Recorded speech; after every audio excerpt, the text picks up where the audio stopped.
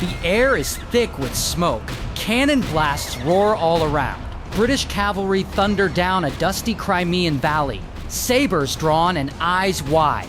It's October 25th, 1854, and the Light Brigade is in the middle of one of history's most infamous charges. Every direction is lined with Russian guns, to the left, to the right, even behind them, as if the whole valley conspired to make this a deadly shooting gallery.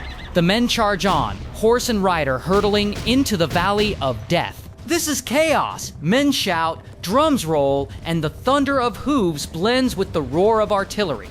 It's fight or flight, but there is no flight option. These are British cavalrymen who by now realize they've been hurled into an ambush. Their goal: break through the guns at the far end of the valley. Whether they know it or not, they're blazing a one-way trail. But hold on, let's rewind a bit. The year is 1854, and Europe is ablaze with the Crimean War. Britain and France, allied with the Ottoman Empire, have declared war on Russia.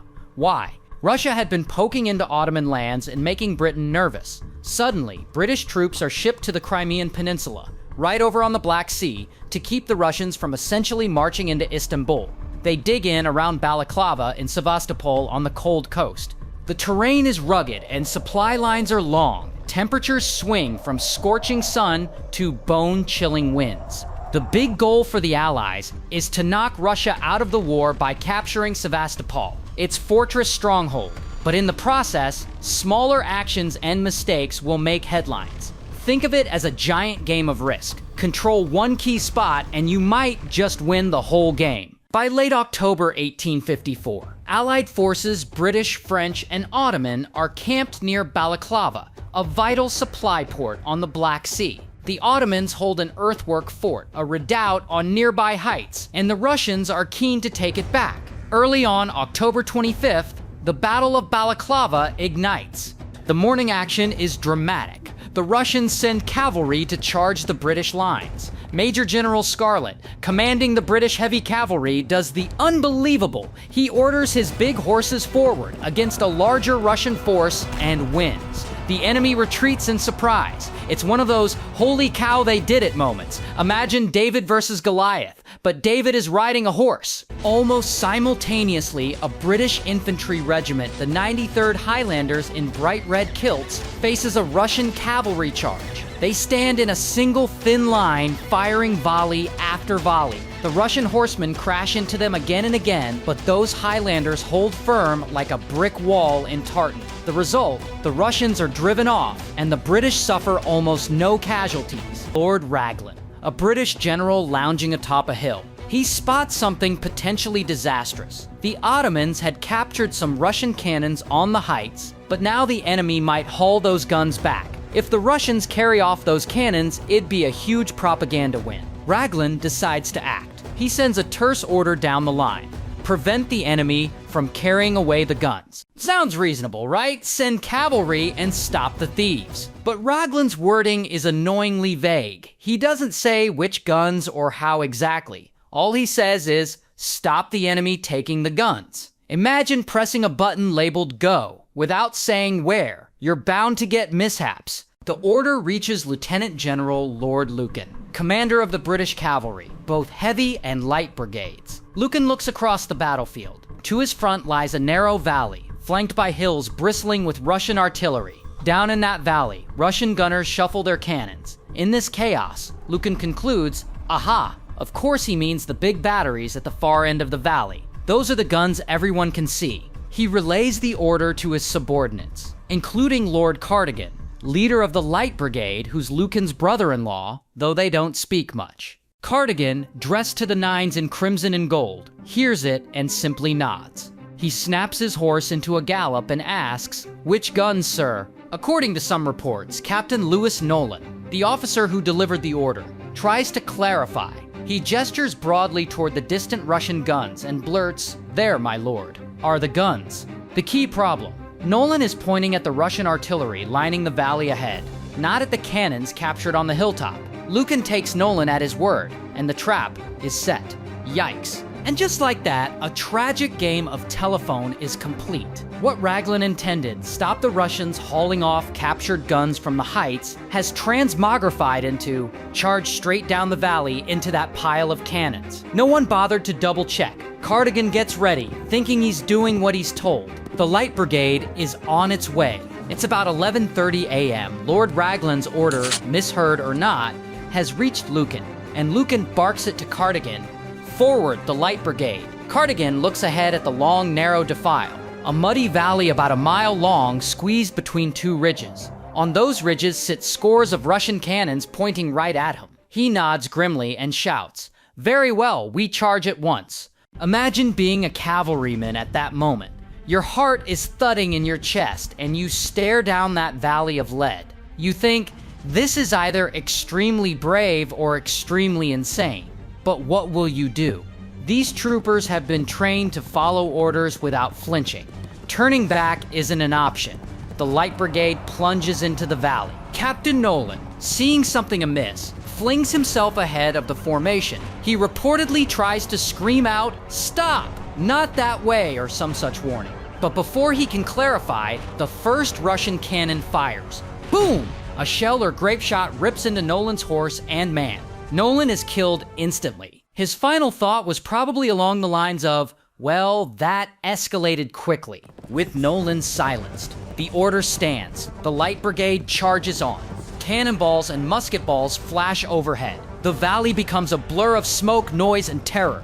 British officers yelling "charge" and "remember the cause" while horses scream and stumble. It looks a bit like a bloody parade. 600 men bellowing courage and riding full tilt into a hail of fire. Some might have cried, "For England!" Others were likely just praying. On the Allied left, a French light cavalry unit, the Chasseurs d'Afrique, actually did the sensible thing. They charged the Russian guns on the other flank. They cleared some cannons and infantry, giving a covering action. So give a hat tip to the French cavalry. They helped reduce the final body count. Against all odds, the Light Brigade actually reaches the Russian guns at the far end of the valley. They crash into the enemy artillery crews. Lances and sabers clash with Russian bayonets. Incredibly, they capture or disable a few cannons. Colonel Cardigan himself is in the thick of it, shouting orders as though on a glorified parade ground. For a terrible, glorious moment, it seems the impossible might be happening. But very soon, reality kicks in. The Light Brigade is out of ammunition and out of numbers. Russian guns on the hills have adjusted aim and are cutting down riders as they retreat. Recognizing the slaughter around them, Cardigan orders a withdrawal. Retreating under fire is worse than charging in. The survivors spin their mounts around and race back out of that valley. The path out is just as deadly. Russian cannons and rifles on the ridges open up again.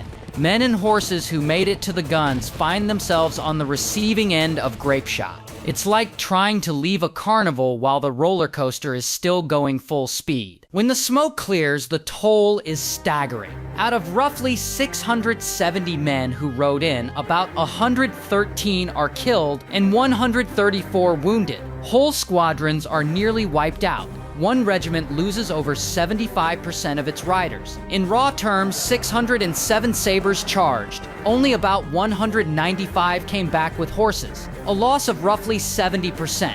It's like asking 5 friends to go out and only one coming home unscathed. Lord Cardigan himself emerges oddly unscathed. He rode all the way to the Russian guns, then turned and calmly rode back up the valley, supposedly without ever checking on anyone else. A bit later, he's reported relaxing on his yacht in the harbor, raising a glass in so-called triumph. Stories say he had a celebratory dinner of champagne. If true, it was one heck of a formal party. Some British troopers stagger back with ghastly wounds. Others collapse, by the way. The Heavy Brigade, Lucan's other cavalry, never charged down after them. Lucan later said he didn't want another brigade mown down for the sake of a few guns, so they held their position.